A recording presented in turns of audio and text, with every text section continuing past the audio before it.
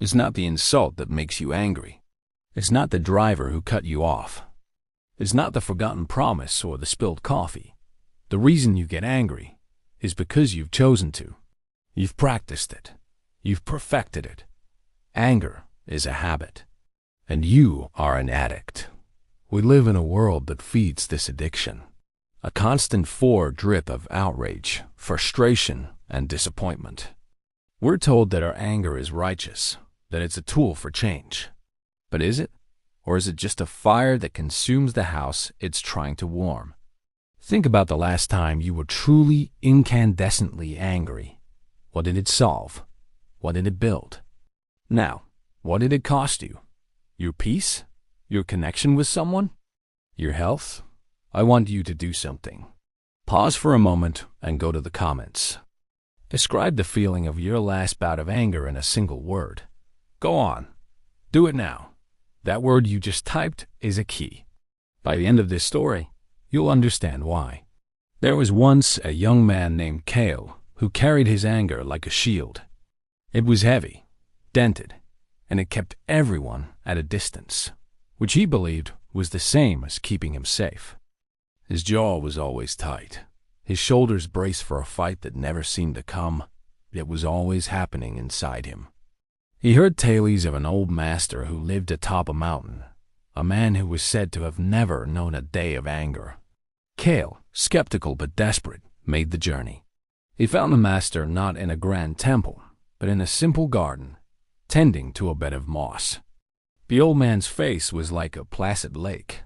Kale, without preamble, stated his purpose. "I want you to teach me to never get angry again." The master smiled faintly. "A noble and impossible goal. But come, I have a task for you." He led Kale to a small, empty hut. In the center of the floor was a single exquisite porcelain bowl, empty. "Your task is simple," the master said. "Guard this bowl. Do not let anything or anyone disturb it. I will return in 3 days." For the first day, Kale was diligent. He sat, watching the bowl. It was absurdly easy. On the second day, his mind began to wander. The absurdity of the task gnawed at him. He was wasting his time. This was a joke. His anger, his old friend, began to simmer. Just then, a stray cat wandered into the hut, curious. It sniffed around the bowl. Kale shot up, yelling, chasing the cat out. He was breathing heavily, his heart pounding with fury. At a cat. When the master returned, Kale was fuming. "This is ridiculous. Guarding an empty bowl? A cat came in." I almost broke it myself out of sheer frustration. The master looked at Kale, then at the bowl, then back at Kale. "The bowl is empty," he said softly. "It has no value. I told you to guard it, but I never said what would happen if you failed. The anger you felt, did it come from the cat? Or from the story you told yourself about the importance of this bowl?" Kale was speechless. The master continued, "Anger does not exist outside of you. It is a reaction you generate. Someone says a word. You decide it is an insult. Someone performs an action. You decide it is a personal attack. The world presents you with an empty bowl. You are the one who fills it with anger." He then picked up a small cup of tea. "If you are full of tea," he said, "and someone bumps into you, what comes out? Tea, I suppose," Kale mumbled. "Precisely. And if you are full of anger, what comes out when life bumps into you? This is the system. It's not about suppressing anger. That's just pressure cooking it until it explodes. It's not about pretending you don't feel it. That's a lie, and lies are heavy.